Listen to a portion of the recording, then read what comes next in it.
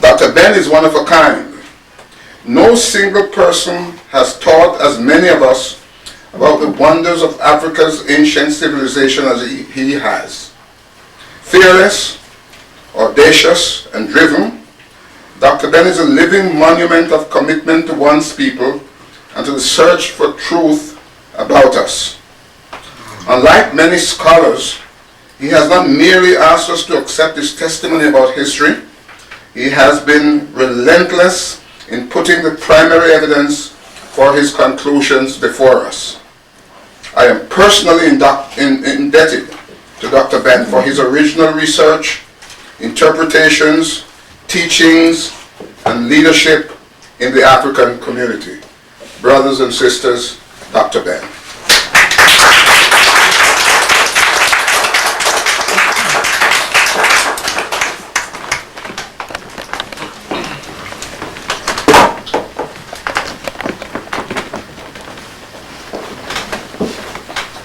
My brother are doing very good today.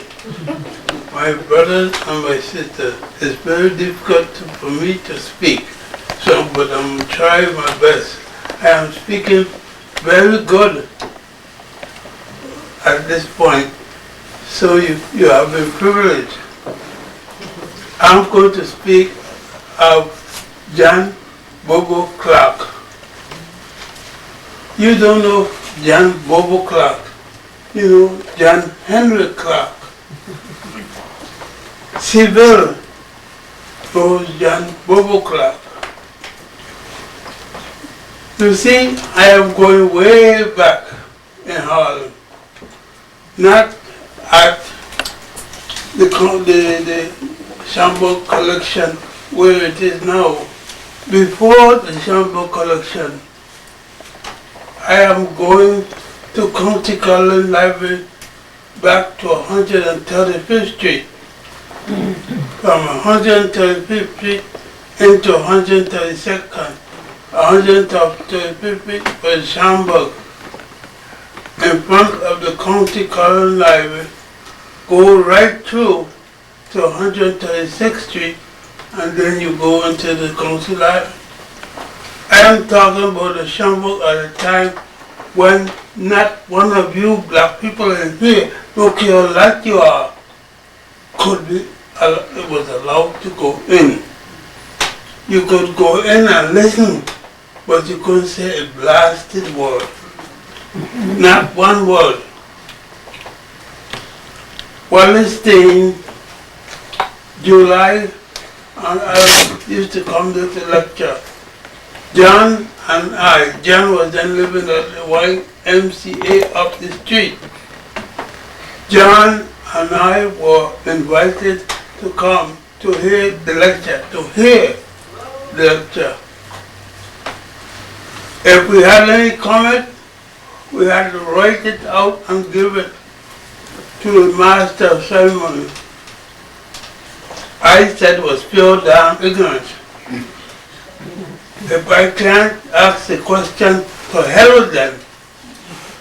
I don't care who they were, Jews or Christian or who, all were a bunch of bastards. I thought that then, and I still think so now. John and I decided we'd go to Arthur Lanzo Schaumburg to find out about our history. That time Schaumburg drank a lot, but when he was sober, he was wonderful.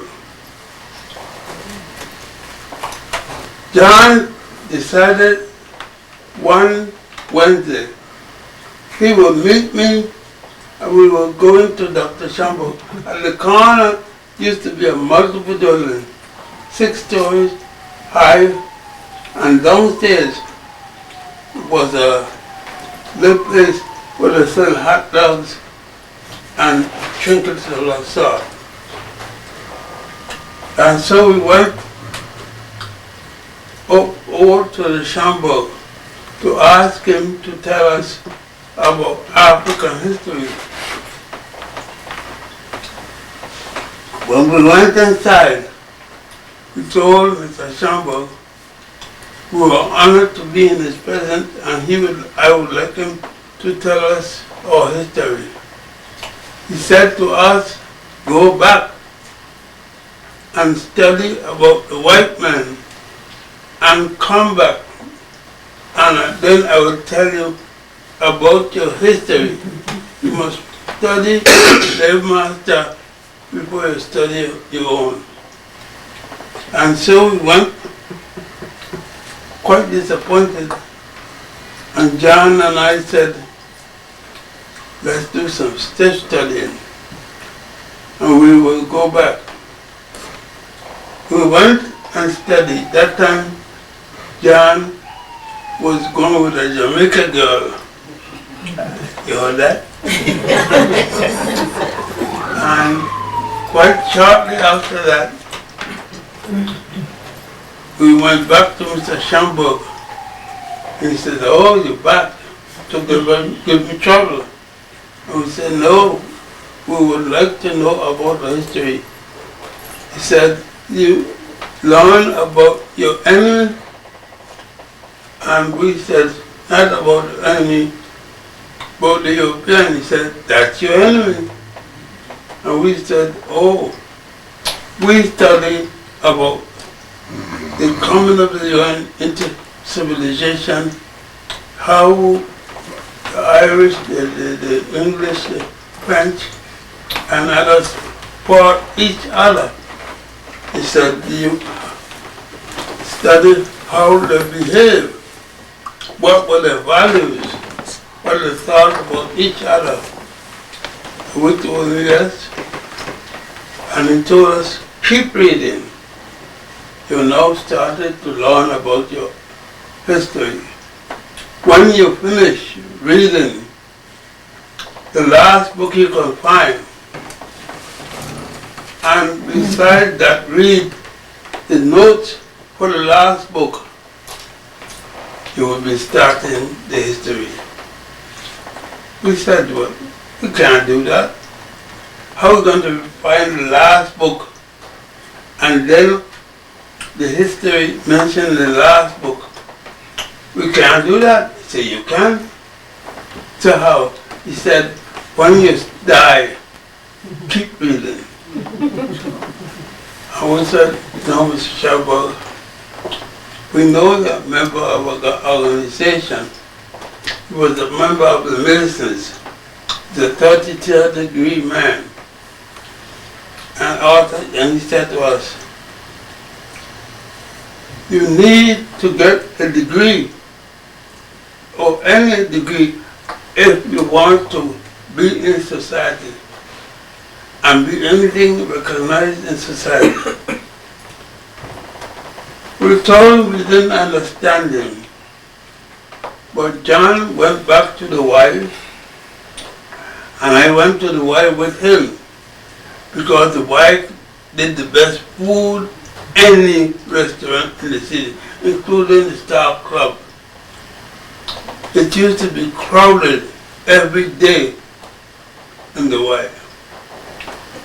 But shortly after, John got married to the woman that was planning to kill him. That's what he said. They lived a little while, and John told me he was going to get married again. It's funny, John got married, but didn't invite me or told me he was getting married. Quite shortly, John said to me he was going to divorce his wife. He said, the goddamn West Indian woman sent me, she was designed to send me to my grave. After he got married, he said the time he was working in the project, his housing project, happened to let a job here and there. I was doing the same thing in this building, not the building next door, this building. Used to live Madame Sinclair, and number 1.